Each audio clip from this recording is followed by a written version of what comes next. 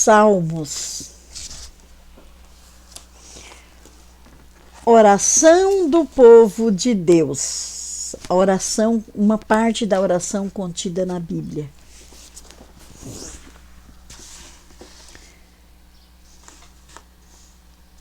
O salmo nasce da vida. É na experiência concreta da vida que encontramos a chave para abrir a porta principal que entra no mundo dos salmos e que nos permite fazer essa experiência não só do conhecimento, mas da vivência do salmista. Às vezes a gente canta um salmo, ou escuta um salmo, ou reza um salmo e não sente tocada. Aquele salmo não diz nada pra gente. Será que é por falta de estudo? É porque eu não estudei o salmo, então agora o salmo não me toca? Será? Eu creio que não. Pode ser simplesmente porque eu não dei atenção para a vida. A raiz do salmo está na vida. Sem atenção à vida, a gente não consegue ser tocado pelo salmo. O salmo vai nos tocar se a gente olhar para a vida, se a gente cuidar da vida, se a gente rezar, se a gente cantar, se a gente orar a vida. A vida da gente, a vida da comunidade, a vida dos sofredores, a vida dos felizes, a vida. O salmo, eles são a anatomia da nossa alma. O salmo vai dizer tudo sobre nós no nível mais profundo do nosso ser, do nosso self. Porque o salmo constitui a forma mais alta da oração da humanidade.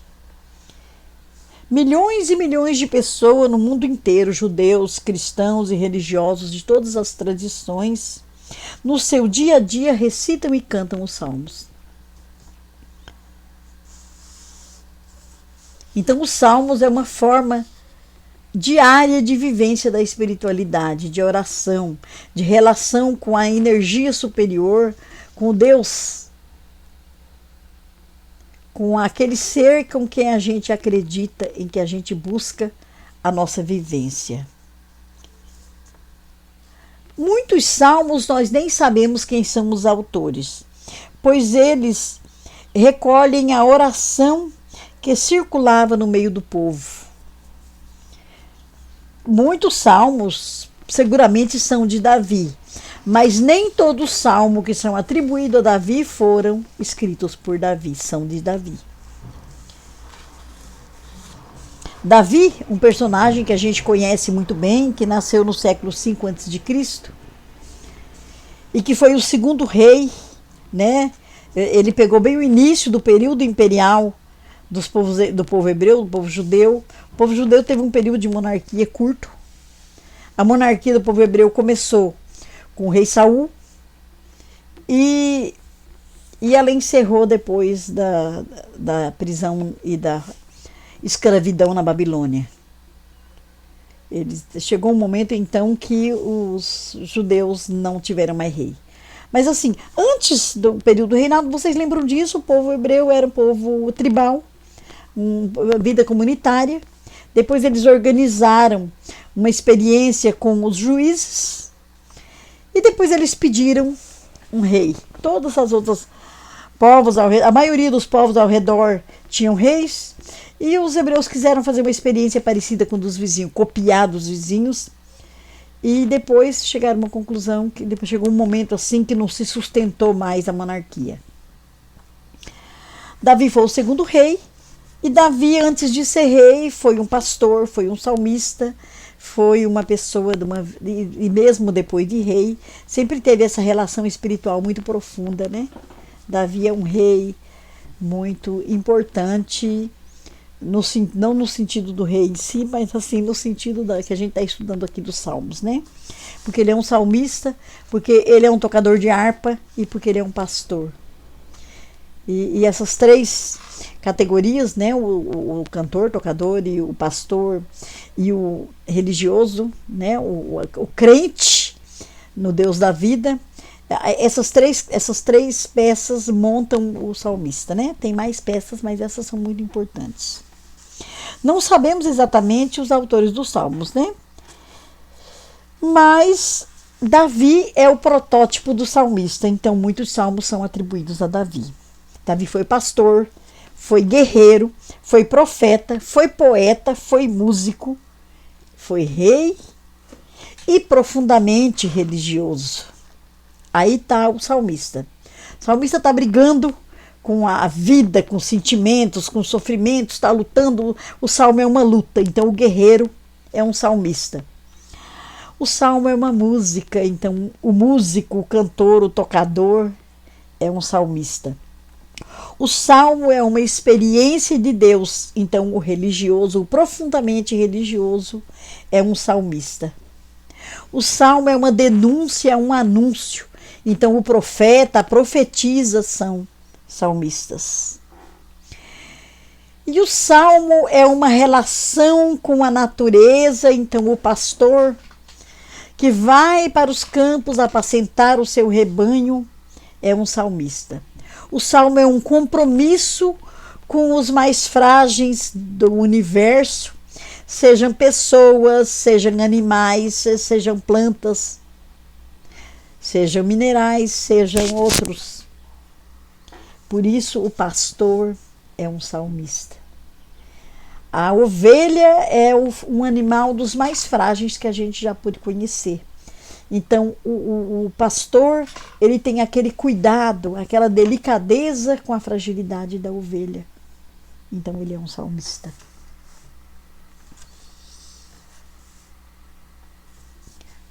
Falando do Davi, né, o salmista, o protótipo do salmista, Davi conquistou o Monte Sião, dentro de Jerusalém, e lá ao redor da Arca da Aliança, ele organizou o culto que introduziu os salmos. Lá no Monte Sião institui, né? Assim, institucionaliza a experiência comunitária, a celebração da palavra com os salmos, né? O culto. O culto é a celebração da palavra com o salmo, da adoração a Deus através dos salmos. Quando se diz Salmo de Davi, na maioria das vezes significa salmo feito ao estilo de Davi. Os salmos surgiram há mais de 1000 anos antes de Davi, nos lugares de culto e recitados pelo povo até serem recompilados na época dos Macabeus, 2 séculos antes de Cristo, 3 séculos depois de Davi. Os salmos se tornaram essa compilação que a gente compartilha aqui, né? Na Bíblia, que quem tem a Bíblia com salmos tem essa versão 2 séculos antes de Cristo, essa versão Macabeus, né? Dos salmos. O saltério é um micro-organismo histórico. Eu falei que o salmo é a anatomia da alma, né? A anatomia da espiritualidade. Então, o salmo é também um micro-organismo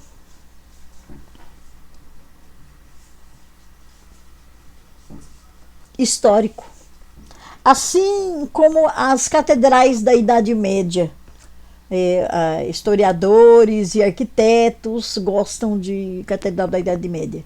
Eu, como historiadora e professora tenho uma experiência um pouco com professora de História da Arte na Arquitetura, já gostava e aprendi a amar mais essa coisa das catedrais, né? As estruturas catedrais. Então, as catedrais na Idade Média, elas foram construídas durante séculos. Naquele tempo não tinha toda a tecnologia que tem hoje, todo o acesso ao material que tem hoje. Então, hoje a gente vai lá na loja de materiais de construção, compra o material, eles colocam no carro e entrega para a gente na obra. E a gente tem outras tecnologias ali que os homens e as mulheres podem utilizar para fazer essa construção seguir em frente, né? Às vezes hoje com 1 ano ou com 9 meses, 8 meses, 5 meses, sei lá, depende da quantidade de funcionário, depende do material, do tipo de tecnologia que está sendo utilizado, você constrói uma catedral. Mas na Idade Média não era assim. Durava séculos. A forma manual de conseguir o material, de carregar esse material até ao lugar onde vai ser construído e de ir construindo. Aí usa aquele material vai buscar mais material, vai produzir mais material, vai continuar, né? E assim durava séculos a construção das catedrais. E por ela ser construída por séculos, ela era construída por gerações e gerações. Milhares de mãos iam sendo incorporadas. E aí ia acontecendo mudança de estilo. Uma catedral medieval, ela tem estilo arquitetônico de várias épocas. Porque aqueles primeiros construtores, eles morriam. Aí os segundos construtores, aí o terceiro construtor já não conhecia mais, já não sabia mais fazer tal qual aqueles primeiros, né? Eles já tinham sido influenciados pela época deles, pelos pensamentos, pelo modelo. E aí acabavam mudando um pouco o estilo e mudando. Quando essa catedral terminava, ela tinha uma história. Seja nas tuas imagens ou no seu tempo todo, ela tinha essa história ali registrada na própria estrutura da catedral. Os salmos também são assim. Eles têm uma história de milênios, de séculos, e de muitas vozes, muitos pensamentos, muitas experiências de vida constituída naquela estrutura do salmo. E revelam épocas que, por exemplo, agora são estranhas para nós. Aquela expressão de vingança e de juízo implacável de Deus.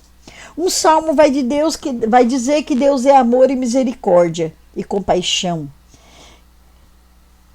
O outro salmo vai dizer que Deus é vingador, implacável, que vai acabar com esse inimigo, vai destruir o inimigo, vai destruir até a 5ª geração desse inimigo. É o pensamento da época, a experiência daquele grupo que escreveu aquele salmo. É o momento que eles estão vivendo, que no nível mais profundo da sua espiritualidade, da sua oração, cabe aquela expressão. Eu acho muito bonito, e a gente usa em algumas oportunidades importantes da liturgia, o Salmo 137, nos rios da Babilônia, né? O Salmo 137, ele é muito bonito. Eu tenho aqui na versão das comunidades, do ofício das comunidades, mas tem ali na Bíblia também. É só porque aqui na versão do ofício divino das comunidades me toca mais, né? Eu não estava falando lá no começo, a gente estava falando desse negócio, tocou, não tocou, né? Então, lá na beira dos rios da Babilônia, nos sentamos a chorar a saudade de Sião, seu amor a recordar. Agora eu vou ler o verso, né? Nos salgueiros plantados ali por perto, penduramos o violão. O opressor de tão esperto, exigiu ouvir canções. Cantem agora no desterro as cantigas de Sião. Uma fonte d'água brotou nos olhos e não pudemos entoar. Cantar cantos de alegria quando é hora de chorar?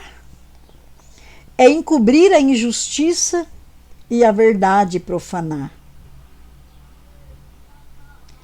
Jerusalém, Jerusalém, se eu de ti me esquecer, vai secar a minha mão.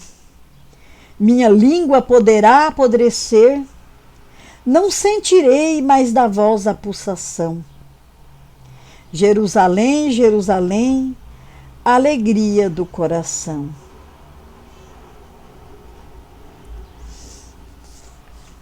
Esse salmo é muito bonito.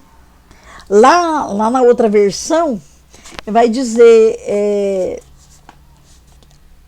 esmagar com uma pedra a cabeça dos filhos do opressor.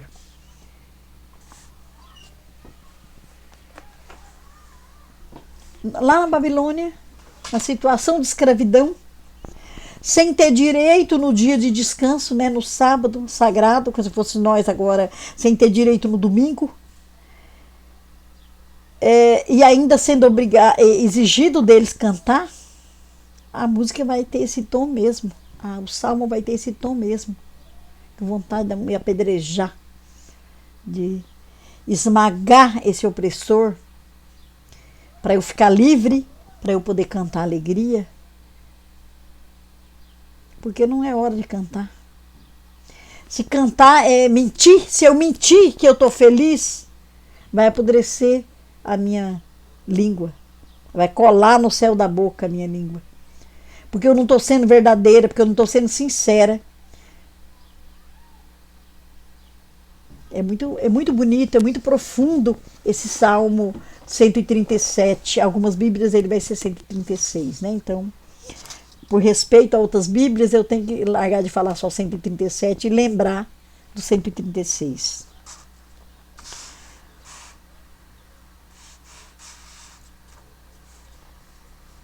O lugar denso da presença do Salmo é o templo, onde cantam os salmos.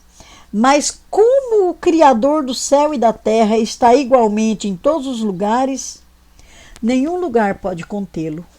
Então o templo, a igreja, é um lugar de cantar salmo, mas não é o único. Eu posso cantar salmo aqui no meu quarto. Eu posso cantar salmos lá no meio do jardim, lá na floresta, lá no meio da estrada. Em todos os lugares, em qualquer lugar, em todas as ocasiões, em qualquer ocasião, com todos os sentimentos e por qualquer sentimento da minha vida, da raiz da minha experiência, eu posso cantar o salmo. Eu posso fazer o salmo a partir daquela experiência, daquele lugar geográfico que eu tiver inserida. Com razão, os hebreus se orgulhavam, dizendo: ninguém tem um Deus tão próximo como nós, próximo de cada um e no meio do seu povo. Os salmos revelam a consciência de proximidade de Deus. A proximidade divina, o amparo consolador. Por isso, no Salmo contém essa experiência de intimidade, sem ser um intimismo individualista. A oração coletiva leva à experiência pessoal e a oração pessoal leva ao compromisso coletivo da comunidade. Uma dimensão reforça a outra, pois cada uma é verdadeira. Não há pessoa sem povo e não há povo sem pessoa inserida. Como é que vai ter um povo se não tem nenhuma pessoa ali, né? E uma pessoa sozinha não é povo. Eu preciso de vocês e vocês precisam de mim. Nós, eu e vocês somos um nós, né? Uma nós. E entre nós está a experiência do salmista. A experiência do profetismo, a experiência da luta, né? O nosso quarto de guerra, aonde nós cantamos o salmo, aonde nós choramos o salmo. É também na nossa experiência de união, de alegria, de sororidade, fraternidade, cosmosidade, que a gente canta e celebra o louvor ao Senhor. O último salmo dessa pacote aqui dos Macabeus, né? É o Salmo totalmente de louvor, que convida a pegar os instrumentos. Deixa eu pegar aqui minha calimba, né? Ó. Pegar os instrumentos musicais para cantar e louvar a Deus. Deus Criador, Deus Salvador, Deus Consolador, Deus Companheira na nossa caminhada. Ao rezar o Salmo, encontramos nele a nossa radiografia espiritual, a nossa anatomia pessoal e coletiva. Nele identificamos os nossos estados de ânimo. Eu acabei de ler ali, de comentar sobre o Salmo 137, 36, aquele estado de ânimo, de tristeza até grudar a língua no céu da boca. Aquele estado de ânimo de raiva até com vontade de tacar uma pedra na criança, filha do escravizador. Então, os nossos estados de ânimos estão identificados na oração do Salmo. Desespero, alegria, medo, confiança, raiva, luto, dança, desejo de vingança, desejo de perdão, interioridade, fascinação, grandeza. Bem expressou João Calvino, um dos reformadores, 1509 e 1564, no prefácio do seu grandioso comentário sobre os Salmos. Ele disse, abro aspas, costumo definir o livro do Salmo como uma anatomia de todas as partes da alma, porque não há sentimento no ser humano que não esteja representado como num espelho. Diria que o Espírito Santo colocou ali, ao vivo, todas as dores, as tristezas, todos os temores, todas as dúvidas, todas as esperanças, todas as preocupações, todas as perplexidades, todas as alegrias, todas as emoções, inclusive até as mais confusas, que agitam habitualmente o espírito humano. Todas estão no Salmo.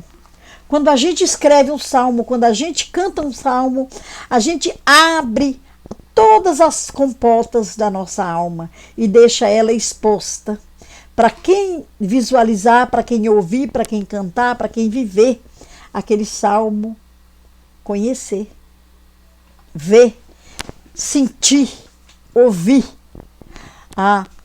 os sons da nossa alma, a luz da nossa alma, a cor da nossa alma, a dança da nossa alma, toda se manifesta no nosso salmo.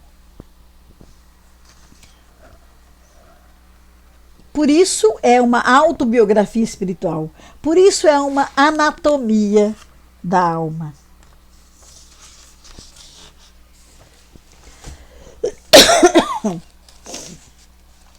O Saltério, ele serviu sempre como um livro de consolação, fonte secreta de sentido, especialmente quando irrompe a humanidade o desamparo, a perseguição, a injustiça, a ameaça de morte. Nesse momento, o salmo irrompe como a palavra de Deus que traz a consolação, como a fonte secreta do sentido. E agora nós estamos nesse momento, né? Pandemia, mesmo que agora parece que está meio controlando por causa das vacinas, mas aí de repente tem essa tal dessa Delta, né? A asa Delta apareceu aí e a gente não sabe muito bem se as 2 doses vão ser suficientes, aquela dose única também, ou se a gente vai ter que tomar uma terceira dose, quantas doses vamos tomar, né? Então fica uma situação de incerteza. Também diante da situação política que nós estamos vivendo, das ameaças da possibilidade de uma nova ditadura, da pressão sobre o que a gente tem de considerado como justiça, né? Entre outras questões aí, o desrespeito à situação do povo, a barriga do povo, a fome do povo, com tanto aumento do preço da comida que a gente não sabe nem como é que a gente vai fazer, como é que vai aprender a viver sem comer, ou aprender a comer o que não se compra, né? é uma situação, a gente está numa situação agora que é preciso mesmo buscar a consolação e essa fonte secreta de sentido. E aí a chave para abrir o mundo do Salmo vai nos levar a esse lugar secreto, esse jardim secreto, com o encontro com o Deus Consolador, o Deus da vida. Através da experiência do Salmo, através da oração que reza essa situação que nós estamos vivendo. Aí quando a gente reza os desafios do sofrimento da vida, a gente tem que rezar buscando esperança, consolo, confiança em Deus. E aí tem a chave do mundo dos Salmos. E lá no Salmo, no mundo dos Salmos, a gente vai encontrar o Salmo que ensina, que canta, que dança essa confiança que está no mais profundo da nossa alma. Um judeu, por exemplo, na época do Holocausto, cercado de filhos, era empurrado para a câmara de gás. Ele sabia que caminhava para o extermínio. Mesmo assim, ele ia recitando alto o Salmo 23. O Senhor é meu pastor, meu pastor, meu pastor. O Senhor é meu pastor, meu pastor é o Senhor. Pelos prados e campinas verdejantes eu vou. É o Senhor que me leva a descansar, e assim por diante. O Senhor é o meu pastor. Ainda que eu ande pela sombra do vale da morte, nenhum mal eu temerei, porque tu estás comigo. A morte não rompe a comunhão com Deus. Por isso, o judeu vai para a câmara de gás, cantando: o Senhor é meu pastor. Porque ele sabe que a morte não rompe a nossa relação com Deus. Não temais o que matam o corpo, mas não pode matar a alma. Isso Jesus Cristo nos fala no Evangelho, né? Temais antes aquele que pode jogar o teu corpo e a tua alma na geena, né? Não tem que ter medo de quem mata o corpo, não. Quem mata o corpo não pode matar a alma. O sangue dos mártires fecunda e ressuscita novas lutas e força de libertação. Todas as conquistas que nós tivemos na nossa história, e agora vamos voltar para nós aqui no Brasil, todas as nossas conquistas, elas vieram do sangue dos mártires. Alguém não teve medo de morrer. Cantou o salmo e chegou lá, e entregou a sua vida, e hoje nós temos as nossas conquistas, nossas libertações. Inclusive, a gente tem uma memória muito bonita, né? O salmo do mártir da nossa história ali de Paraná, Ezequiel Ramin. Ezequiel Ramin não teve medo de entrar na fazenda Catuva e de morrer. Ele foi lá para defender os agricultores, atendeu o pedido das esposas dos agricultores que estavam lá, correndo risco de vida.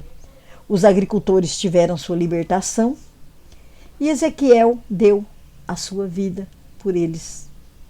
Entregou a sua vida para libertar os agricultores, para devolver os agricultores para suas esposas e para os seus filhos. Que exemplo bonito, né? Que salmo que a gente pode cantar na nossa diocese de Ji-Paraná. O salmo da vida e da libertação, o salmo da profecia e do martírio de Ezequiel Ramin e de tantas outras pessoas que não chegaram a morrer, mas que também arriscaram sua vida, que não tiveram medo da morte.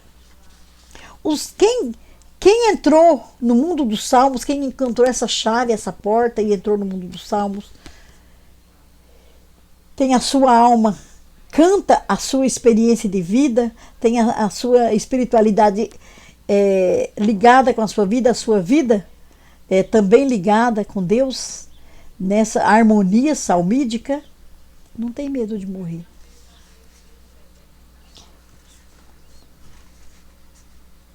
A morte não rompe a comunhão com Deus. É a passagem dolorosa para o grande abraço infinito da paz eterna. E falar em abraço agora na pandemia parece que é a coisa mais gostosa e mais bonita desse mundo, porque a gente não está nem podendo abraçar, né? É tão gostoso abraçar. Ai, que saudade de um abraço.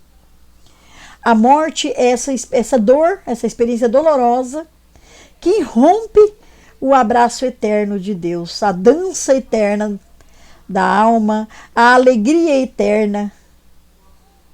Ela vai acontecer depois dessa passagem.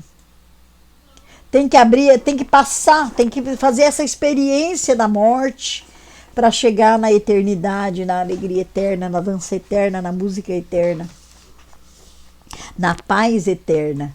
Porque tudo nesse mundo nosso é passageiro, é pequeno. A paz é um instante, a alegria é um instante, o abraço é um instante, o beijo é um instante, a dança é um instante, a vida é um instante.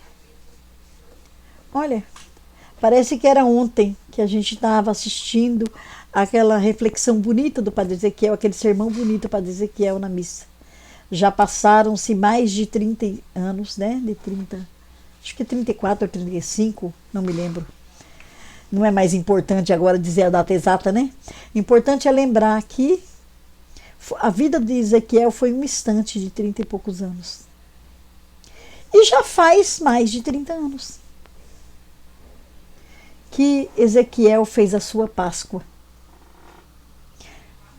cantando e entregando a sua vida sem medo de ser feliz, para que os agricultores voltassem para suas esposas e para seus filhos vivos e pudesse ter um instante maior nesse mundo e a conquista da terra, a quem tantos eles estavam lutando.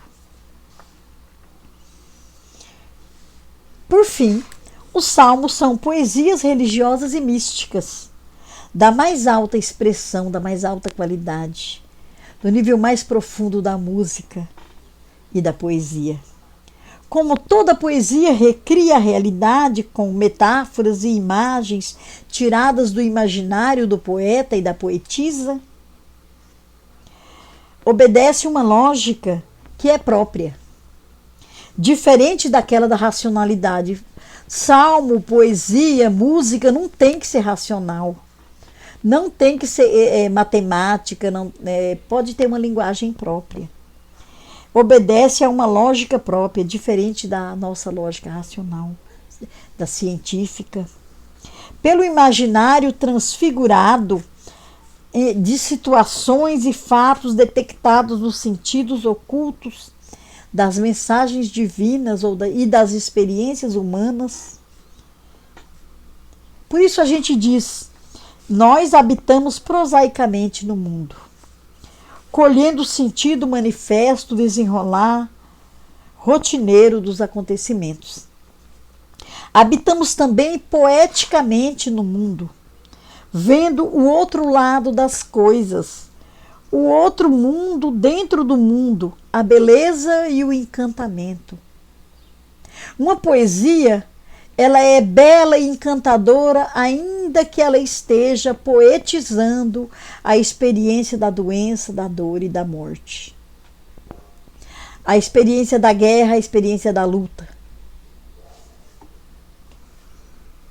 Porque a poesia, a música, ela tem essa melodia do encantamento. Os salmos nos ensinam a habitar poeticamente a realidade em que vivemos. Então, ela nos transmuta num grande sacramento de Deus, cheio de sabedoria, de admoestações, de lições, e que torna mais seguro e mais forte, mais corajoso, mais tranquilo, mais pacificador o nosso caminhar, o nosso peregrinar nesse mundo.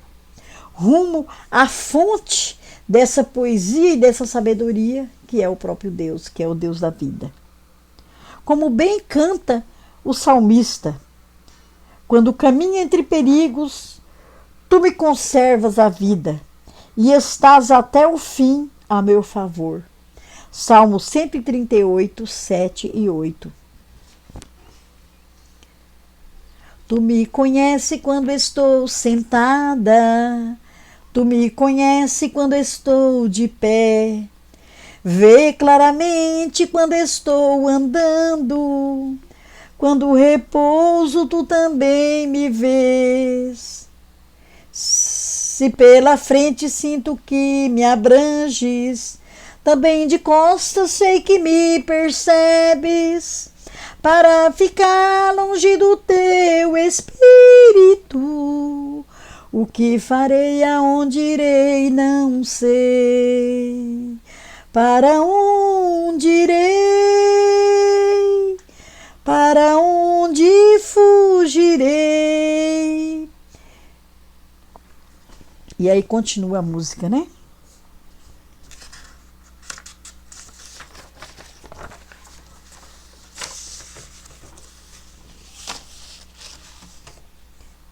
Eu estava falando dos Salmos a partir da reflexão de Leonardo Boff, né?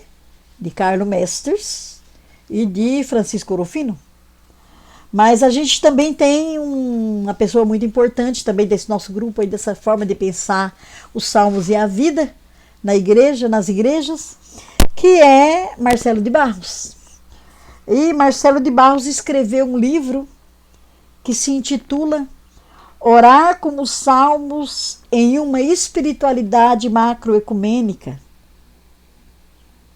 Então, orar com os Salmos para além do cristianismo, para além da Igreja Católica, primeiro, né, a igreja que Marcelo de Barros faz parte e eu também, para além do cristianismo, com esses milhares de igrejas, todas utilizando a Bíblia e o livro dos Salmos, né?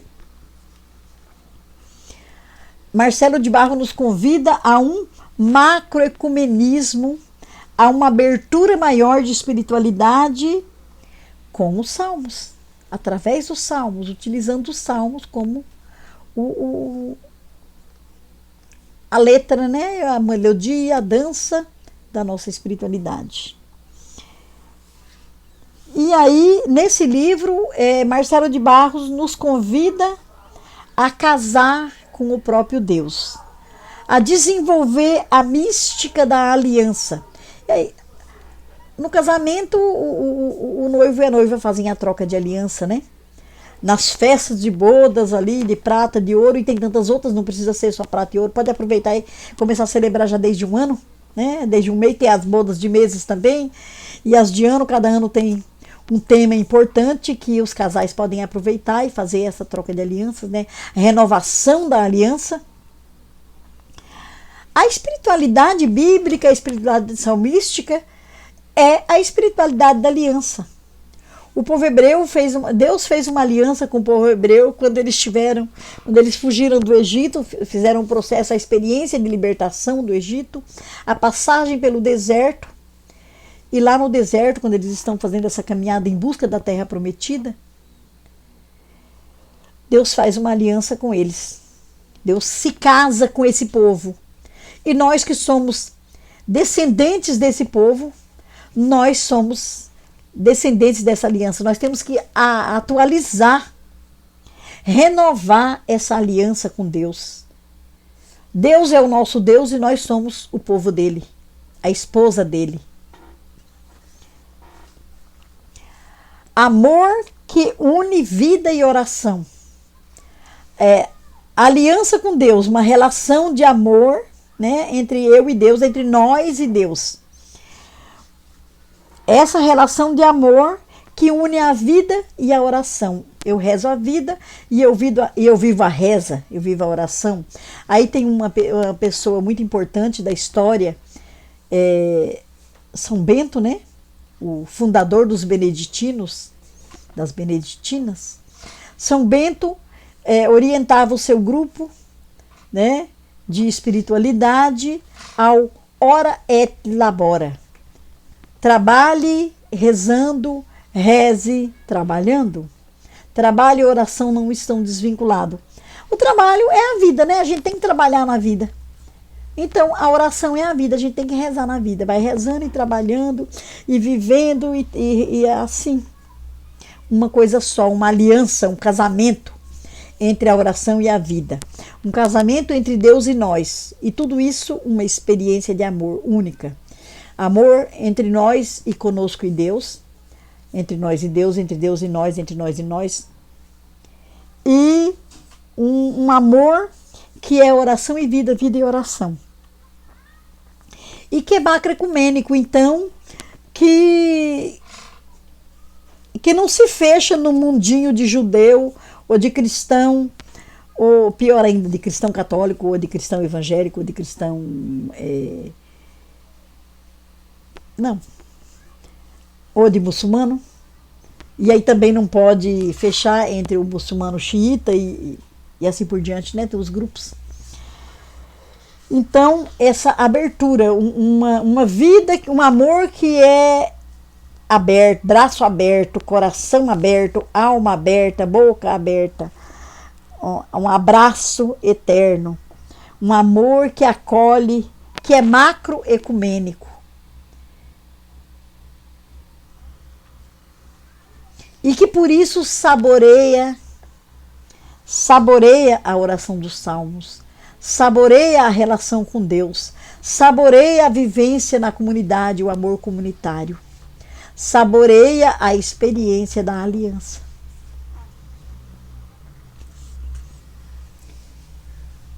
Agora, o sentido da palavra salmo. A palavra salmo, né, psalmoi, é da língua grega, vem do grego, e não parece ter nenhuma origem no idioma hebraico. Ela aparece no Novo Testamento, Lucas, Atos, Lucas 20, 42, quem está anotando aí, né? Lucas 24, 44, Atos 1, 20, Atos 13, 33. Conforme a maioria dos estudiosos, psalmo, né, os salmos, significa cântico de louvor. E eu tinha acabado de dizer aqui, mas para trás a gente vai dar um retrocesso nesse vídeo aqui, que o salmo é para cantar também a raiva, a tristeza, a dor, a angústia, né, a morte. E aí aqui eu estou dizendo que é um canto de louvor, mas eu posso também louvar pela angústia, louvar pela dor, né, louvar pela raiva, que quando a raiva é uma raiva assim, indignação, ela tem um motivo de justiça, ela tem um sentido de justiça, ela é um louvor. Se eu me indigno diante das injustiças desse mundo, a minha indignação é um canto de louvor. Porque eu estou bem dizendo a Deus que é justiça e que não quer a injustiça. A Bíblia hebraica não preservou a nenhum título original para designar o conjunto do saltério. Mas pode ser que o termo salmo tenha sido uma tentativa de traduzir o mismor hebraico. A literatura rabínica chamava o livro do salmo de Sefer Tehillim. O rio dos salmos e das nascentes ao mar é um roteiro que vai trazer essa experiência do salmista hebraico, mas que vai também casar com a nossa experiência de vida hoje, né? Salmo é esse termo já mais cristão do que hebreu, né?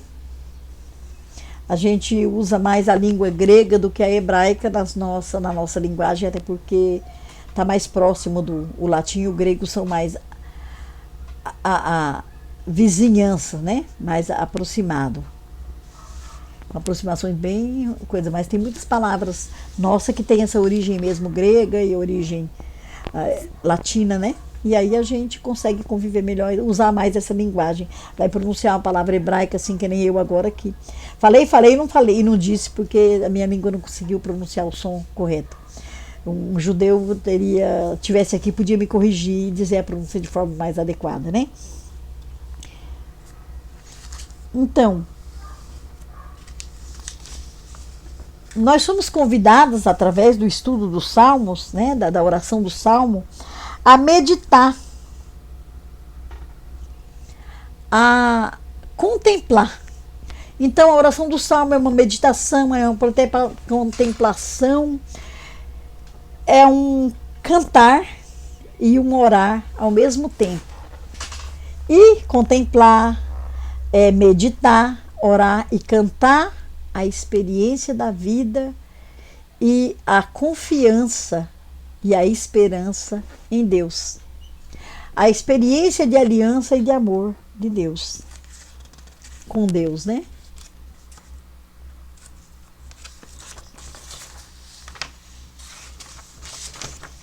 E aí eu estou falando rezar, estou falando orar, é bom a gente ver isso aqui um pouco também, né? Há uma diferença entre as palavras rezar e orar. Eu posso rezar o salmo e eu posso orar o salmo. Qual é para você essa diferença? Rezar vem de recitar. Eu recito o salmo. Eu rezo a oração do salmo. Orar significa que a oração vem de dentro mesmo. Eu vou orar o salmo, eu vou tirar o salmo, eu vou arrancar o salmo daqui de dentro do meu espírito, da minha alma, do meu self, das minhas entranhas. E eu vou fazer as duas coisas, eu vou estar arrancando aqui, mas eu vou estar recitando. Então eu posso rezar e orar ao mesmo tempo, mas eu posso só recitar, só rezar. E eu posso também só arrancar o salmo e não transformar em prosa, né? Em recitação. O Milton Nascimento tem uma música cuja letra expressa o que eu quero dizer. Ele diz: certas canções caem tão bem dentro de mim que perguntar carece. Por que não fui eu que fiz? Ou seja, posso chegar a rezar o salmo de tal maneira que eles expressam exatamente aquilo que eu estou sentindo naquele momento. Ou como dizia Cassiano no século VI, instruídos por aquilo que nós mesmos sentimos, já não percebemos o salmo como algo que ouvimos, mas sim como algo que experimentamos e tocamos com as nossas mãos. Não como uma história estranha e inaudita, mas como algo que nós demos à luz, desde o mais profundo das nossas entranhas, do nosso coração, como se fossem sentimentos que se formassem parte do nosso próprio ser. E esse é o ideal do Salmo. De atingir, penetrar tanto na nossa alma, no nosso profundo, nas nossas entranhas, na nossa espiritualidade, que se confunda com a nossa experiência. E que esse salmo que foi escrito pelo Davi, ou por pessoas 1000 anos antes do Davi, ou pelos Macabeus, 300 anos depois do Davi,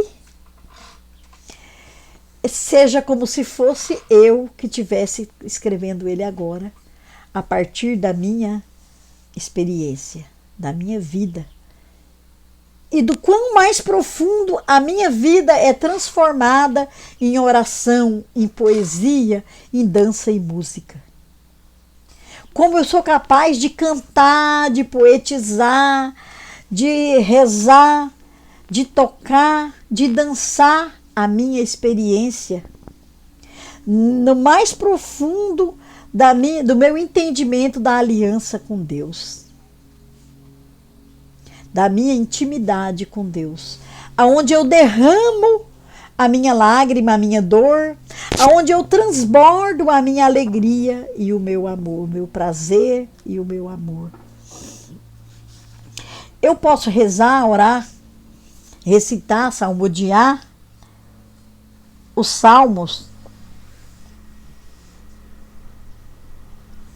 de duas formas. Eu posso recitar o salmo mecanicamente. Existe uma prática religiosa da oração do salmo. Aí eu posso ir lá no ofício, né? Que a gente chama de ofício. Eu posso ir lá participar do ofício e fazer uma coisa mecânica. Tem um livro aqui, tá na minha mão, o livro. Eu abro o livro.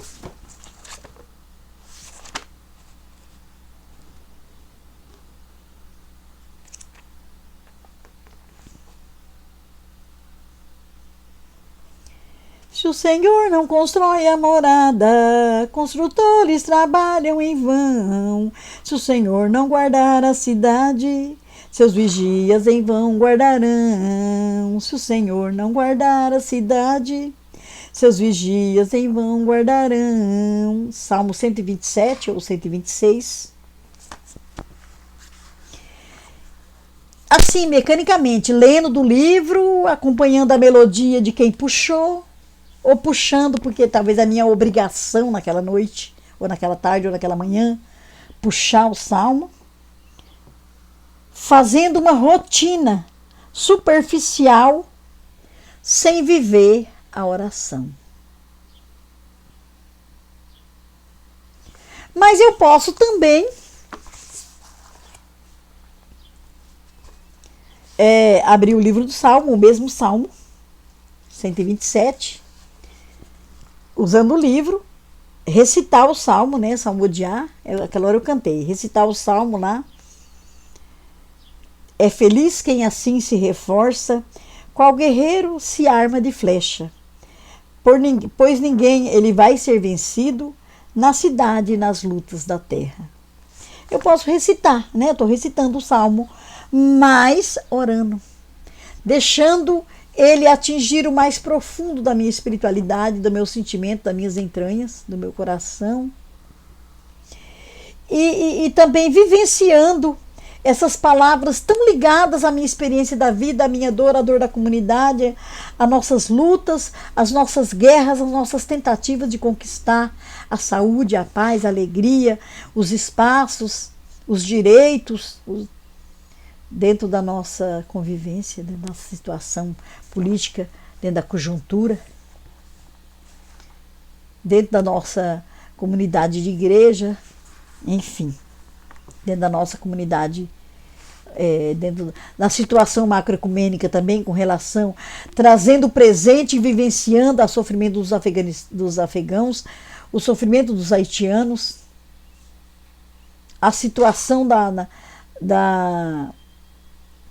África, né, dos diversos países da África, a falta de vacina.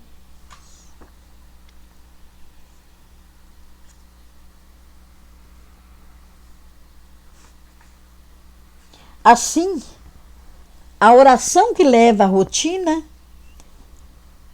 ela me afasta do sentido original do Salmo, ela não me deixa viver o sentido da oração do Salmo, perde o seu sentido original. Mas no momento em que eu consigo deixar esse Salmo tocar a minha história, a minha vida, as questões estruturais e conjunturais que chegam até mim, eu posso chegar no mais íntimo da aproximação com Deus. E esse salmo pode ser realmente a renovação da minha aliança. O momento mais profundo da minha experiência de vida, né, da experiência de Jó, que rompe com aquela ideia da retribuição e que faz a experiência do Deus consolador, do Deus comprometido com a vida, do Deus presente entre os pobres e oprimidos. Vale a pena gastar um tempo e buscar entender o contexto dos salmos, rezar os salmos para ajudar na nossa vida. Vale a pena.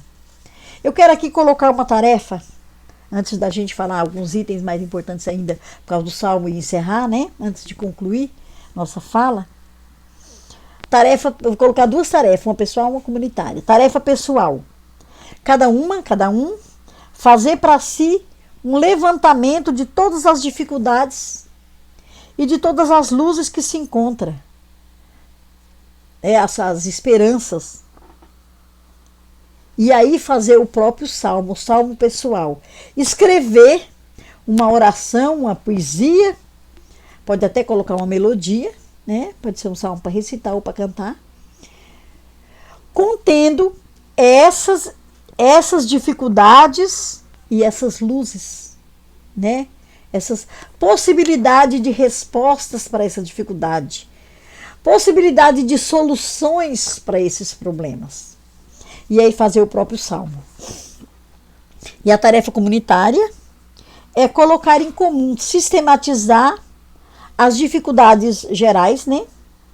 E os clarões que encontramos através da oração do salmo, e juntar os nossos salmos e as nossas experiências e essa macro experiência que talvez não apareceu no nível pessoal, mas quando a gente tocar no conjuntural aparece. E fazer então um salmo comunitário.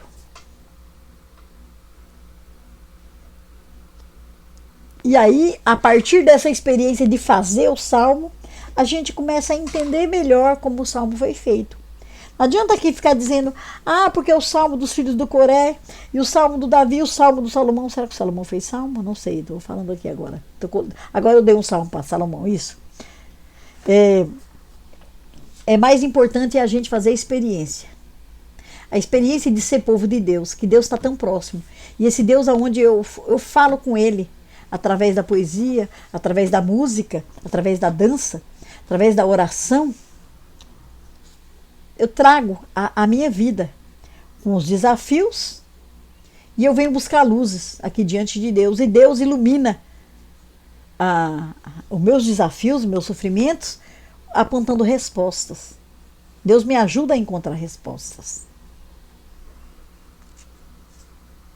Então, o livro do Salmo é o maior livro da Bíblia, tem 150 capítulos, cada capítulo é um salmo, né?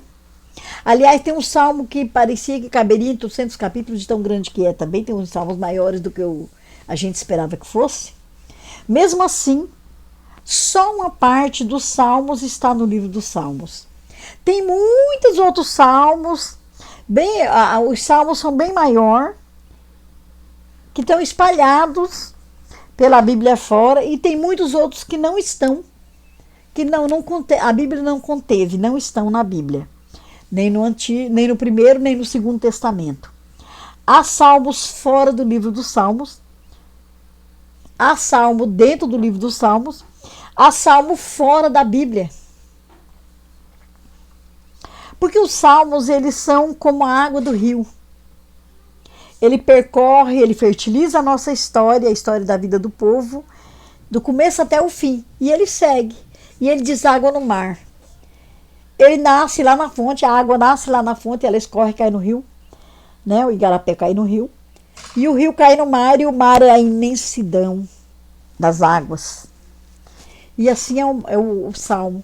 Então, não tem como conter.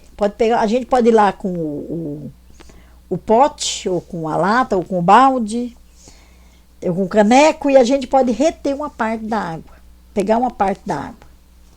Salmo 23. O Senhor é meu pastor. E a outra água continua, seguiu o rumo dela. Os salmos foram para frente. Eu peguei uma parte que eu precisava. E eu vou utilizar aquilo ali. Vou beber aquela água, vou saciar a minha sede. Eu vou usar aquela água, vou tirar o meu cansaço, a minha poeira, né, descansar a minha pele, hidratar a minha pele. Mas os salmos é um rio, e ele vai correndo, e o mar, e vai para o mar, que é aquela imensidão. Por isso, imagens que pode fazer a gente entender o salmo. A imagem da nascente. A nascente é onde a água está dentro do chão, na cabeceira do rio. A nascente do rio do Salmo é a experiência de Deus nas contradições da vida. Que eu falei, eu sugeri aqui que a gente fizesse, né? É a convicção de que Javé é o Deus libertador. Na raiz do Salmo está essa certeza de que Javé é libertador e que ele escuta o nosso clamor, que ele abaixa o ouvido e escuta. E que ele desce para nos libertar da escravidão. E aí, quando ele consegue fazer a gente atravessar o Mar Vermelho, Aí então ele faz uma aliança, coloca uma aliança no dedo da gente, casa com a gente e vai viver eternamente com a gente ali, morando na mesma tenda, caminhando no mesmo deserto e fazendo nascer água da pedra, fazendo descer o pão do céu, fazendo aparecer as cordonizes para a gente ter enriquecer a alimentação com um pouco de proteína da carne. É uma história muito bonita. Então, o Salmo é essa nascente do nosso encontro com Deus e que vai correndo e que vai saciando, essa água que vai saciando a nossa sede e que vai hidratando a nossa pele, que vai tirando a nossa poeira, o nosso cansaço. Número 1, o Salmo é a nascente. Número 2, o Salmo é a fonte. Da onde brota aquela água, lá sai aquela água da pedra ou da terra, e aí a gente pode pegar aquela água limpa, pura, mineral, água mineral, e tomar, e nos banhar, e dar para os animais, e molhar as plantas. As fontes, elas são lugares onde a água sai do chão ou da pedra e corre sobre a terra. A fonte do rio do Salmo são os motivos que levam o povo a rezar. A fonte do rio do Salmo é o motivo que me leva a escrever o meu Salmo, a rezar o meu Salmo, a cantar o meu Salmo, a dançar o meu Salmo. Ou o Salmo que eu encontrei lá na Bíblia, lá no livro da comunidade, o Salmo que o seu Urias fez, e assim por diante, né? Falecido Urias. A história do passado, ela é lembrada, ela é cantada, e ela se torna maravilha. O conflito entre a fé e a realidade, ele está presente e ele vai nos ajudar a entender que Deus não mudou, que Deus continua o mesmo, libertador. Que fui eu que fugi e que eu preciso retornar. Que o sofrimento não tem a última palavra, que a morte não tem a última palavra. Que a lei de Deus, ela tem o objetivo de nortear meu caminho e não me incriminar e me punir e me escravizar. E assim por diante, a busca da presença de Deus, a saudade de Deus, quando a gente vê uma lua cheia, um céu, na lua nova, um céu cheio de estrelas, quando a gente olha para o nascer do sol, ou quando a gente para no crepúsculo contemplando o pôr do sol, tudo isso são motivos que nos levam para essa fonte que são os salmos. O número 3, a gente pode dizer que o salmo são os igarapés. É aquela fonte que cresceu, que pegou volume e que está correndo ao encontro do rio. Os igarapés, córrego, como em algumas linguagens a gente vai entender, né? São pequenos leitos de água que vão formando e que vão correndo. Isso indica os gêneros literários que a gente utiliza para o salmo. A gente pode cantar valsa, marcha, bolero, samba, moda de viola, moda de calimba, moda de piano. Assim também são os gêneros dos salmos. A gente pode rezar o salmo da dor, o salmo da alegria, o salmo da esperança, o salmo em versos, o salmo em prosa. Até o rock pode ser utilizado no salmo. É meio raro, mas é possível e deve ficar muito lindo, viu? E a juventude deve gostar. Uma parte da juventude deve gostar muito de um salmo rock. Então a gente pode ir para o quarto sentido do salmo, ainda dentro desse tema da água, né? Nascente, fonte, igarapé ou córrego. Rio. O salmo é o rio. O rio é as águas dos igarapés, dos córregos vão caindo ali e entram naquele espaço mais largo, pegam um volume maior e uma força maior, então uma correnteza. O rio é a correnteza que forma com a água dos córregos, né, dos igarapés, e em seguida percorre e vai irrigando o país E no período das cheias, das chuvas, esse rio transborda e fertiliza a terra. Aí depois o rio volta ao seu leito e aquela terra é cultivável, as pessoas podem aproveitar para plantar naquela terra fertilizada, umificada pela a inundação do rio, né? Os rios dos Salmos é a oração que percorre e irriga a nossa história. Os salmos são o lado orante da história do povo de Deus. Lembra o passado, ilumina o presente e dá esperanças e abre para o futuro. Ele é a história. Se eu não olhar para trás, para o passado, se eu não contemplar o que aconteceram com as minhas ancestrais, eu vou bloquear certas experiências de libertação do meu presente, porque eu não vou saber entender o presente. O passado vai mostrar, com seus erros e acertos, como eu devo enfrentar o presente para abrir essa porta para construir o futuro, para passar o bastão, para deixar o legado para minhas descendentes, para as pessoas que seguirão depois de mim. Eu tenho que receber esse legado do passado, das minhas ancestrais, para deixar para minhas descendentes. E aí isso é história. O rio dos Salmos é a correnteza da história, que traz os momentos passados para a gente lembrar. A criação, o êxodo, o tempo dos reis, as festas de casamento, a coroação, os projetos, as guerras, a destruição do templo, os profetas, a dispersão, o cativeiro. Mas o salmo também é o barco. Para navegar no rio dos Salmos, eu preciso de um barco. O barco é aquele que acolhe, que carrega, que protege as pessoas e leva rio abaixo, rio acima, até o porto do destino. No rio dos Salmos, o barco é tudo aquilo que dá identidade. A pessoa que protege a pessoa, a comunidade, que carrega os indivíduos que estão em situação de vulnerabilidade, que precisam ser carregados no decorrer da história. E é transmitido através da fé, da esperança, do amor, da música, da dança, da confiança, da esperança, da fé em Deus.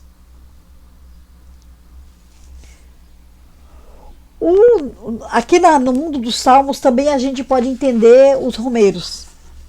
Nos salmos transparece uma caminhada do povo.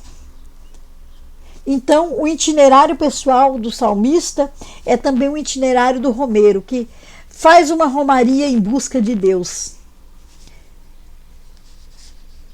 Que alegria quando ouvi que me disseram: vamos à casa do Senhor. E afinal meus passos se detêm às suas portas, Jerusalém.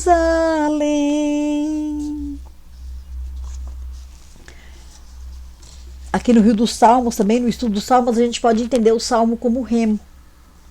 Os remos são a força que mantém o barco em movimento, a força que mantém o povo no Rio dos Salmos e que leva a não desistir da viagem, a não desistir da aliança, a vontade de viver esse compromisso com Deus e esse compromisso como povo. Então, essa vontade individual de se manter no meio do povo, na luta do povo, como povo, essa vontade do povo, né, de manter como povo, de não deixar perder os seus indivíduos, né, e na relação com Deus. Então, os remos são essa força que a gente vai remando nesse barco, nesse rio. E o remo também são salmos. Os salmos da força são o remo, os salmos da segurança são o barco e o salmo da história é o rio, né? Mas os salmos também pode ser entendido como o piloto. Digamos que nós temos um barco que não tem remo, né? Um barco a motor. O piloto, ele orienta o barco, ele conduz a salvo para o cais, para o porto. O piloto que orienta o barco do Rio dos Salmos é Jesus. Então a gente tem aquela música bonita do Padre Zezinho, né? Há um barco, muitos barcos deixados na praia, já não levam ninguém a pescar, né? Deixar o remo e o barco e Jesus a remar, né? Quantos barcos deixados na praia, entre eles o meu deve estar. São os barcos dos sonhos que eu tive, mas eu nunca deixei de sonhar. Quantas vezes enfrentei o perigo, no meu barco de sonho a singrar. Jesus Cristo remava comigo, eu no leme, Jesus a remar. De repente aparece uma luz e eu entrego meu leme a Jesus. É preciso pescar diferente, que o povo já sente que o tempo chegou e partimos para onde ele quis. Tenho cruzes, mas vivo feliz. Há um barco esquecido na praia, um barco esquecido na praia. Jesus é o piloto, eu tenho que entregar o leme, eu não posso pilotar o barco, tem que deixar Jesus pilotar. Porque assim, se Jesus toma o barco, o remo do barco, a paixão, a morte, a ressurreição, que é a chave da leitura que nos ajuda a entender o Salmo. No momento em que a gente entende o Salmo a partir da paixão, morte e ressurreição de Jesus Cristo, a partir de Jesus histórico e ressuscitado, nós vamos estar deixando, ele vai estar com o leme, nós estamos no rumo certo. Nós vamos entender o Salmo e nós vamos cantar o Salmo do jeito certo.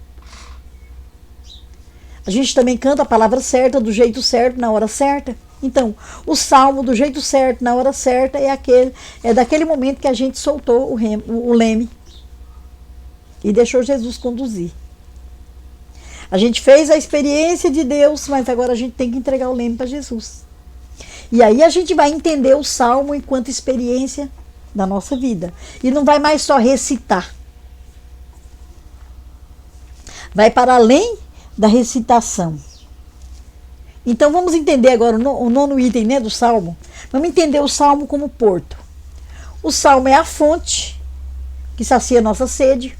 O Salmo é o igarapé que nos leva, que nos lava e nos purifica e que nos conduz o rumo ao rio. O Salmo é a correnteza do rio que nos leva para o mar, que é Jesus. Para andar na correnteza do rio precisa de um barco. O Salmo é um barco que nos protege para a correnteza não nos devorar. O Salmo é o remo que nos ajuda a conduzir o barco. O Salmo é o leme, né? Que precisa de um piloto para conduzir o barco e a gente começa conduzindo, mas aí chega um momento que a gente entrega esse leme a Jesus. E aí a gente chega na imensidão do mar, da experiência mais profunda do amor de Deus e do entendimento dos Salmos. Porque o Salmo é também o porto. O barco pode nos levar para a imensidão do mar, mas o barco pode nos levar para um porto seguro ali ao lado da margem do rio. O porto é onde o viajante alcança o objetivo da viagem. O porto do Rio dos Salmos é onde o povo de romeiros quer atracar. É a realização da aliança. O porto é a realização da aliança. A observância perfeita da lei. É o ideal que está presente no Salmo. Nele transparece o projeto do povo meditado diante de Deus na oração. O projeto de abundância, de libertação, de justiça, de fraternidade, de sororidade, de paz. O projeto que é também o projeto de Deus. Que nós sejamos livres, que vivamos a justiça, a liberdade, a fraternidade, a paz, a sororidade. E como eu disse antes de falar do porto, né? Mas é depois do porto, o Salmo também pode ser entendido como o mar. Número 10 do Salmo. O mar é onde o rio desemboca, despejando nele todas as suas águas, sem parar, séculos a fio, milênios a fio. Vamos torcer, vamos rezar e vamos lutar, vamos brigar para que os nossos rios de hoje sigam milênios a fio jogando água no mar. Porque nós estamos passando por uma crise hídrica sem precedentes. Sem contar que depois da privatização da Vale, a gente já perdeu o Rio Doce. O Rio Doce agora é um rio azedo, amargo, apodrecido. E a gente chora junto com o Rio Doce e com essa faixa da floresta do Rio Doce, com a cidade de Mariana e Brumadinho, e com todo esse povo mineiro sofredor, que perderam sua terra, suas famílias, sua vida, enfim, que estão no maior sofrimento, na luta, e que nem foram indenizados, nem foram tratados com justiça. Quanta injustiça, quanta violência. Que tamanha dívida da Vale do Rio Doce e do governo brasileiro, porque o governo tinha que mediar essa negociação e fazer as coisas acontecer de forma justa, de forma certa, né? Então, a violência, o sofrimento, a injustiça não é só da Vale, não, é do governo também. Governo federal, governo estadual, governo municipal e empresa exploradora e não cuidadora da parte da dimensão do cuidado com o seu trabalho, não respeitadora do meio ambiente, né? Uma denúncia. Nosso salmo pode ser uma denúncia contra a Vale, porque o Rio Doce, ao invés de mandar águas doces para o mar, ele mandou sujeira. E os moradores do Espírito Santo, muita gente aqui na Diocese de Paraná é realmente descendente dos capixabas, são capixabas, né? Então sabem muito bem.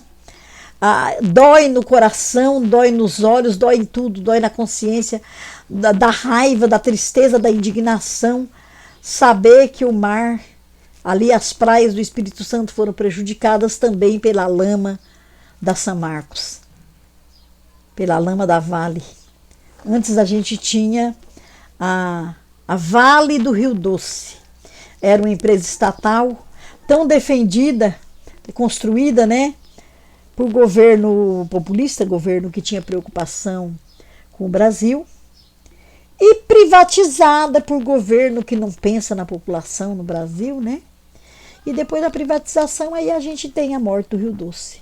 Ele ainda pode ressuscitar, ainda pode se recuperar, só que a gente teme que não consiga, né? Porque tem outras fontes que estão secando. E para o Rio Doce ressuscitar, as fontes de água limpa têm que correr no Rio Doce.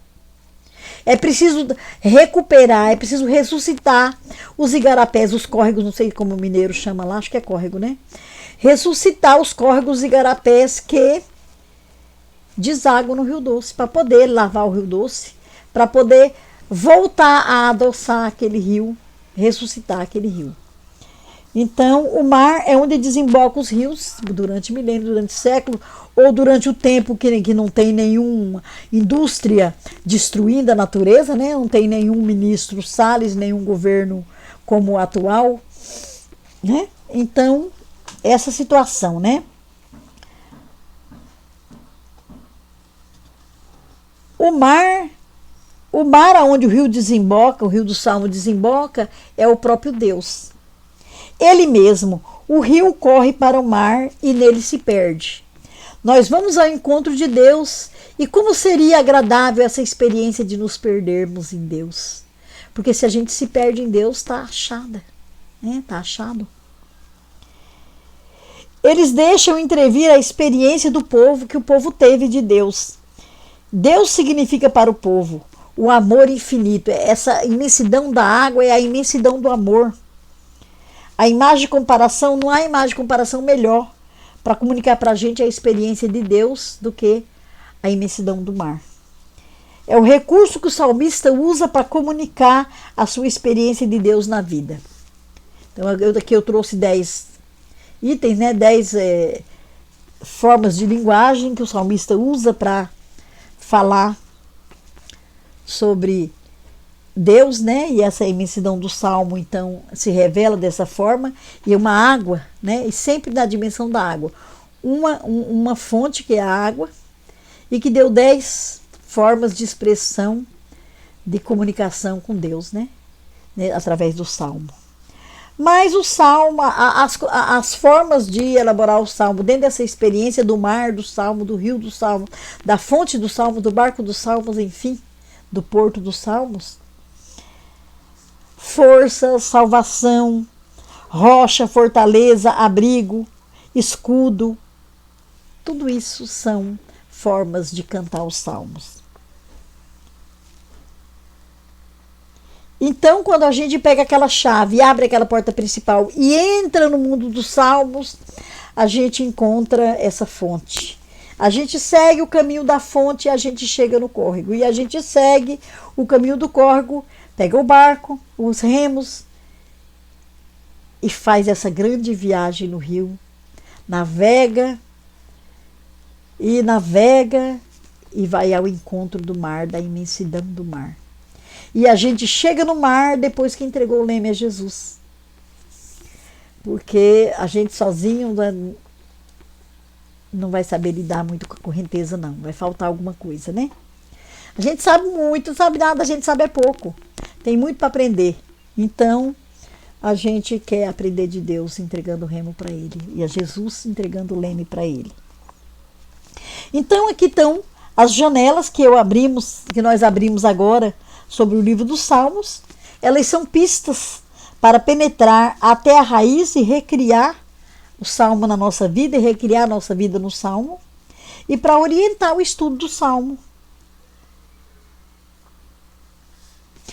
Vale lembrar que esses conselhos, essas fórmulas que a gente usou agora, elas são lá do Cassiano, século V. Ele quem nos institui, né, nesse modelo de entendimento do Salmo.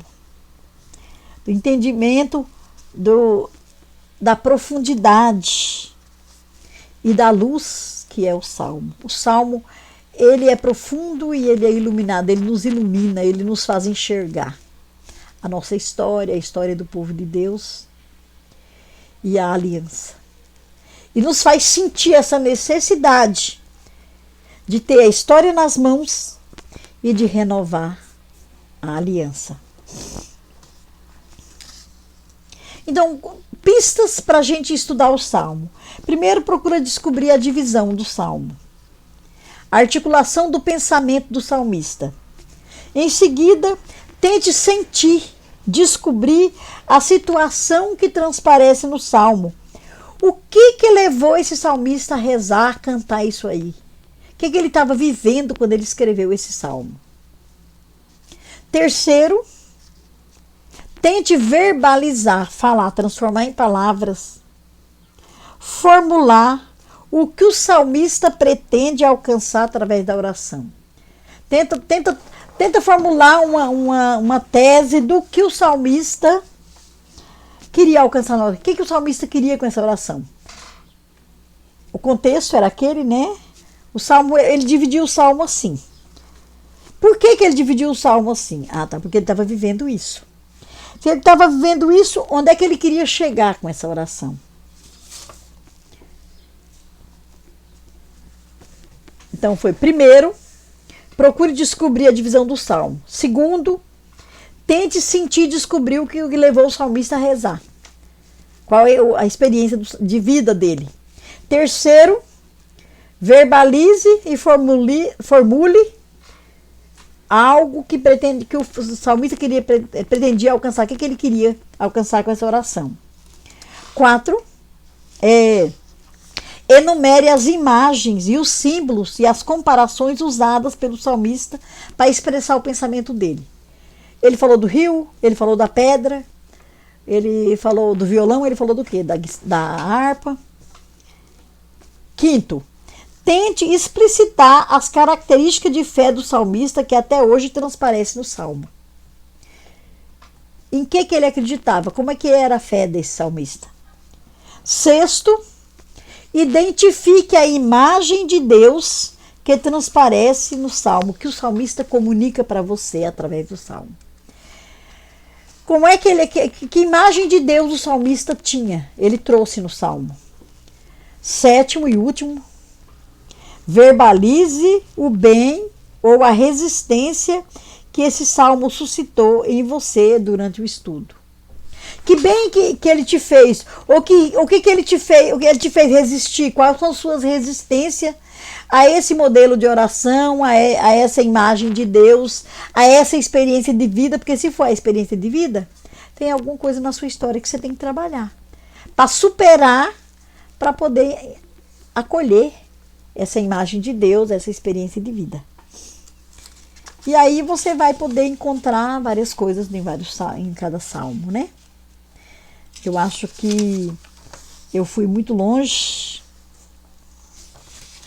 com a minha partilha aqui, minha reflexão. Cantei muito também, cantei bem, cantei mal, assim, para fazer a gente entender os salmos, né? Um grande abraço e vamos fazer aquela tarefinha que eu passei ali, né?